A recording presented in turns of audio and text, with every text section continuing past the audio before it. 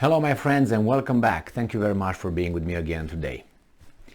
The Russian President Vladimir Putin in the early hours of Friday, the 30th of September, signed some decrees recognizing the independence and sovereignty of Kherson and Zaporozhye. And he did that, and today at 3 o'clock p.m. Moscow time, he had a ceremony in St. George's Hall in the Kremlin, where he made the announcement and expressed support for the 4 regions, the territories, to be incorporated into the Russian Federation as soon as the General Assembly, I think that's how it's called, and the Duma, the whole, like their parliament, make the determination and all those papers will be signed. Now after, this was a speech that President Putin held in front of the audience and so on, televised. Then he talks about the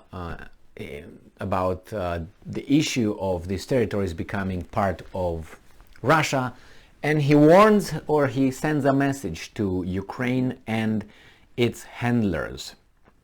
So this comes as an article from Sputnik from today, the 30th of September 2022. Message to Kiev and its Western sponsors. It's very strange that this word sponsors, I used it before I read it in the Russian media, and it seems like they identified it as such, or maybe I'm just under their spell and propaganda. Must be that one. The president recalled that the people of the Donbas have faced 8 years of genocide, shelling and blockade, end quote. While in Kherson and Zaporozhye, authorities attempted to foment hatred towards Russia and to everything Russia.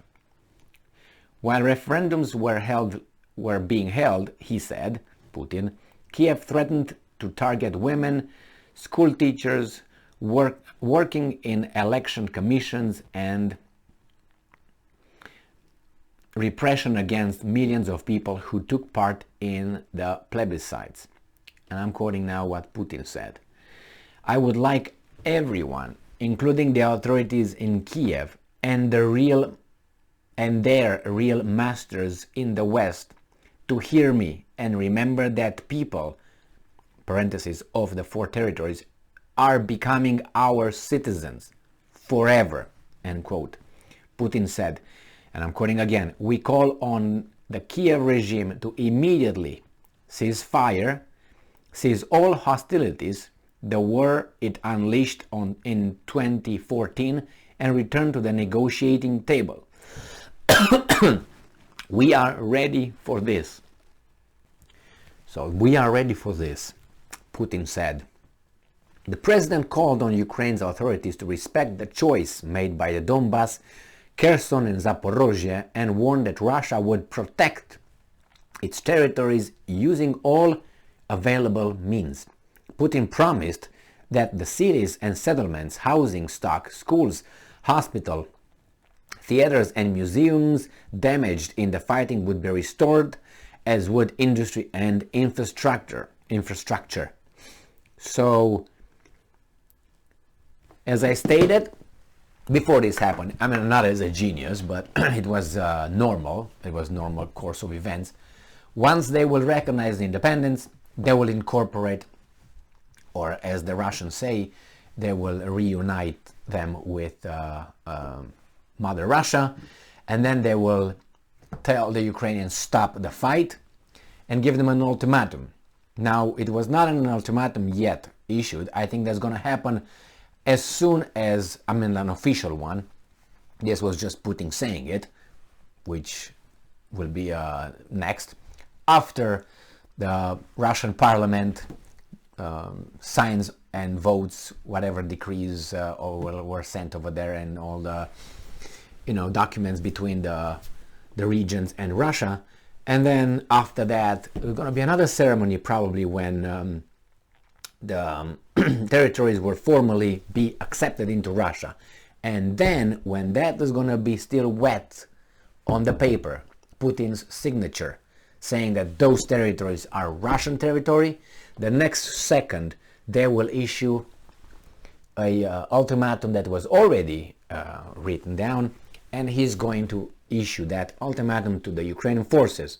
And that would sound like this: stop the hostilities, the military operation now, and if you are caught on the territory of Russia, on the territories that just were annexed, you should go back.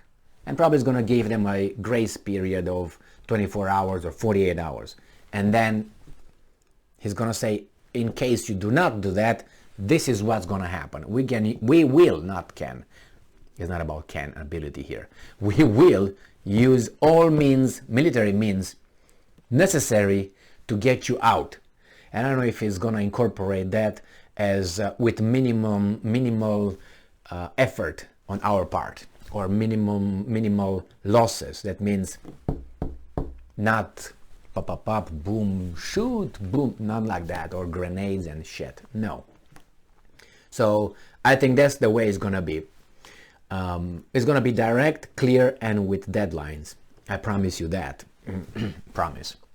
I guarantee you 99.9%, let's put it that way. He spoke like this because he had to in front of the country. All these things has been told before. He told the Americans directly stop sponsoring the war. He told the Brits, he communicated with them. They all communicate behind the scenes. I mean, it's not like, oh my God, Lavrov was contacted by Blinken after 6 months of quiet when Blinken wanted to talk with Lavrov about breaking the 9-year contract that cannabis girl got in the Russian penitentiary after she smuggled some cannabis into Russia. You know what I mean? Greener, Brittany, whatever her name is. 6 months they didn't talk. I don't believe, maybe they didn't talk, but their departments were in contact. I guarantee you that, especially the military, the departments of defense, they were in contact more or less, because this was a controlled war to a certain point. It's one thing that I don't understand, and I will be honest, this is my assessment. It's not, I'm not going to be, how should I put it, objective about it, because I'm going to be subjective. It's going to come from me, but it's based on the objective events that I observed in the past, I don't know, 25 years plus my knowledge, historical knowledge and direct experience. The Russians are naive. That's what they are. And I see them still being naive. And I saw this in many other countries, like Serbia, the African countries. They are naive. When they deal with, let's say, US foreign policy or the Western foreign policy, which is the United States foreign policy, they are ruthless. It seems like these guys, you go and you allow yourself, for instance, I saw an article, an African leader to be trialed at Hague. You allow what's his name, Slobodan Milosevic, to be trialed at Hague. By whom? International court that Russia, what's the name, United States are not signatory, are not part of it. That means they can't be tried or something? No, they can't. So why would you do this? And besides, these guys, I'm talking about the Western, they are over there to destroy Russia. They don't get that. And that's my assessment of what's going on. They want to get Russia to be the one from 1991 to 1999, Yeltsin time. The whore of the Western countries. That's what your Russia was. That's what's going on here. And they will use any means necessary. And I would not put, I would not ignore what happened with Nord Stream 1, Nord Stream 2 as being, it's the Russians. It's possible. But I would not put it by, like, oh my, no, the Westerns, no, will not do that. I am 100% certain that anyone can do it. It's not like, oh, they will not do it. No, anyone can do it. Now, who benefits out of that? You can make a list and find out who's in the top and who's in the bottom. And the ones, on the list. So I think the Russians are still naive. And I think they operate in a naivety realm. Like many other countries. These guys are there to get you, and you still play by rules. This is something that it's very, very obvious, and I don't understand it. I don't understand it. It's like, for instance, in this society, United States society right now, there are some people who really want to hurt a certain kind of groups. They really want to destroy them in a certain way. By calling them this, by calling them that, and shaming them all the time, looking only at the negatives. Those are very serious. I'm looking at, for instance, at CNN or MSNBC, the people over there talking about this kind of group. They are serious about it. They would just do it. And I look at the other side. They try to be civilized and they try to be, yes, and then they up there, they little by little get to the knowledge, understanding that those guys are real. They are forever. They're done to do it. But by the time you realize, they get everything. And then you can't fight back or protect yourself at all. So the same with the Russians. They should have been ruthless from the very start. Oh, they were not. No, they were not ruthless. Not ruthless as they could have been according to the Western portrait of them. Criminals. They could have razed the whole Ukraine if they wanted. But they didn't do that. Why? I'm not saying they should, because they knew very well it was not the Ukrainians, but it was those guys over there who were using the Ukrainians. Now, this is my assessment. The Russians are still naive.